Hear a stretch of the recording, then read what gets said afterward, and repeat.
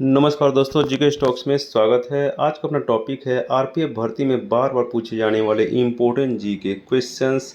इस सारे questions previous exams में आ चुके हैं और आगे भी आने की संभावना है। तो चलते हैं दोस्तों, शुरू करते हैं। इसके पहले एक रिक्वेस्ट है, यदि आप इस चैनल पर नए हैं या पहली बार आए हैं तो कृपया करके इस चैनल को सब्सक्राइब कर लीजिएगा तथा बेल आइकन को दबा दीजिएगा। तो स्टार्ट करते हैं दोस्तों आज का अपना पहला प्रश्न।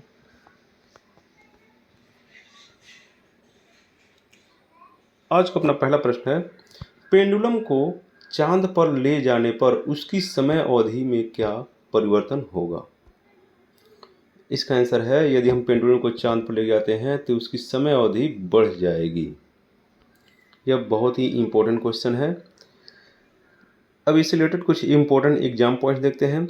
जब पेंडुलम को चांद पर ले जाया जाता है तो उसका जी का मान जो है कम हो जाता है,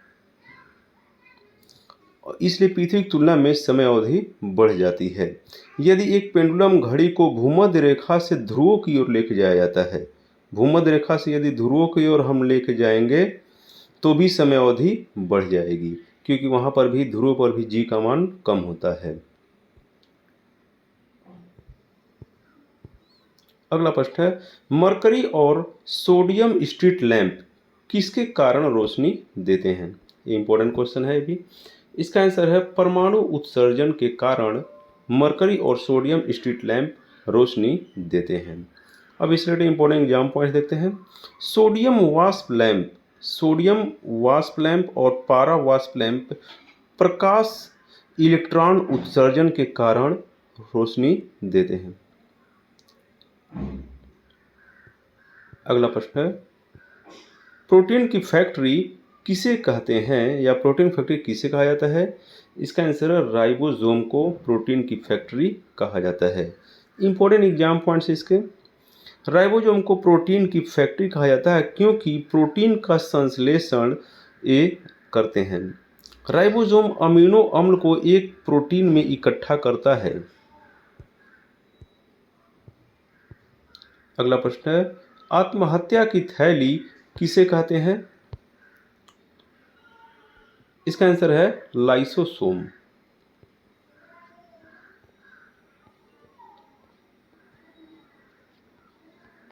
लाइसोसोम को आत्महत्या की थैली कहा जाता है। इंपॉर्टेंट एग्जाम पॉइंट्स इसके। लाइसोसोम को कोशिका की आत्महत्या थैली कहा जाता है क्योंकि एक कोशिका को खराब करने वाले पाचक एंजाइम्स का स्राव करते हैं, इसलिए लाइसोसोम को आत्महत्या की थैली कहा जाता है कोशिका का। अगला प्रश्न है, लार में पाए जाने वाले एंजाइम क्या कहते हैं? इसका आंसर, जो लार में पाए जाने वाले एंजाइम है टाइलिन। इंपॉर्टेंट एग्जाम पॉइंट्स इसके। टाइलिन स्टार्च को शर्करा में तोड़ता है, टाइलिन स्टार्च को शर्करा में तोड़ता है, जिससे भोजन का पाचन मुंह में ही शुरू हो जाता है। अगला प्रश्न है, लाल रक्त कणिका का जीवन काल कितना होता है? इसका आंसर है, लाल रक्त कणिका का जीवन काल 120 दिन होता है। इंपॉर्टेंट एग्जाम पॉइंट्स इसके। लाल रक्त कणिकाएं अस्थि मज्जा में बनती हैं।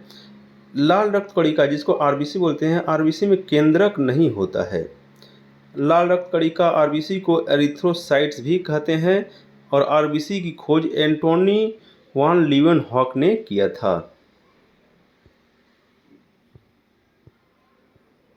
अगला प्रश्न है, फ्यूज तार किससे बनती है? इसका आंसर है, फ्यूज तार टीन और सीसा, स्ट्रोंशियम और प्लम्बियम के मिक्सचर से बनती है। इंपॉर्टेंट एग्जाम पॉइंट्स इसके। फ्यूज तार एक सुरक्षा उपकरण है। यह विद्युत परिपथ में अति वृद्धि से बचाता है। फ्यूज तार का गलनांक जो है वह 200 डिग्री सेल्सियस होता है। फ्यूज तार को विद्युत परिपथ में लाइव तार के साथ श्रेणी क्रम में लगाया जाता है। अगला प्रश्न है, रॉकेट किस सिद्धांत पर कार्य करता है? इसका आंसर, रॉकेट संवेग संरक्षण के सिद्धांत पर काम करता है और इसमें न्यूटन का तीसरा नियम भी लागू होता है। इंपॉर्टेंट एग्जाम पॉइंट्स इसके। रॉकेट न्यूटन के तीसरे नियम और रेखीय संवेग संरक्षण के सिद्धांत पर काम करता है। अगला प्रश्न है, एनेलिडा में उत्सर्जन उसके किस उत्सर्जी अंग द्वारा होता है? इसका आंसर है एनेलिडा में उत्सर्जन नेफ्रीडिया के द्वारा होता है। इंपॉर्टेंट एग्जाम पॉइंट्स इससे रिलेटेड, अमीबा में संकुचनशील धानी होती है जिसके द्वारा उत्सर्जन होता है। टिड्डे में मालपीजन नलिकाएं होती हैं जिससे टिड्डे में उत्सर्जन होता है। केचुए में नेफ्रीडिया होता है। फीता कृमि में फ्लेम सेल या ज्वाला कोशिकाएं होती है जिससे उसका उत्सर्जन होता है। अगला प्रश्न है, मूत्र का पीएच मान क्या होता है? इसका आंसर है मूत्र का पीएच मान 6 होता है।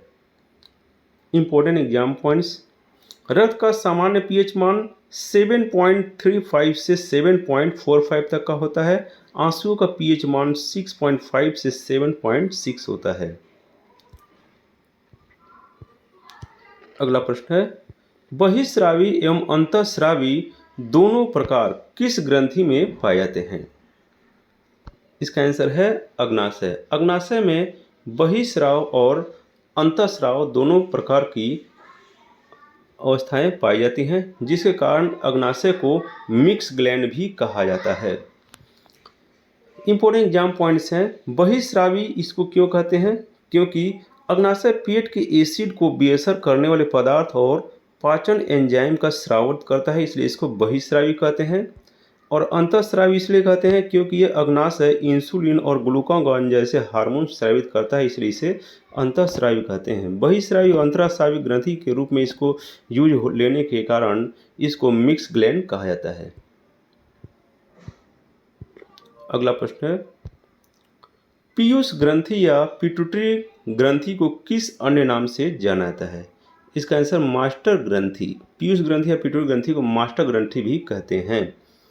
इंपॉर्टेंट एग्जाम पॉइंट्स है, सीएस शरीर में कई हार्मोन को नियंत्रित करती है जैसे थायराइड हो गया, अधिवेग हो गया, अंडाशय, वृषण, इसलिए इनको मास्टर ग्लैंड के रूप में जाना जाता है। तो ये था दोस्तों आज का अपना most important and selected GK questions जो आरपीएफ एग्जाम्स में आ चुके हैं और आगे भी आने की संभावना है। तो ऐसे वीडियो पाते रहने के लिए आप इस चैनल को सब्सक्राइब करिएगा तथा बेल आइकन को दबा दीजिएगा। तो thanks for watching friends, like share and subscribe GK stocks. जय हिंद।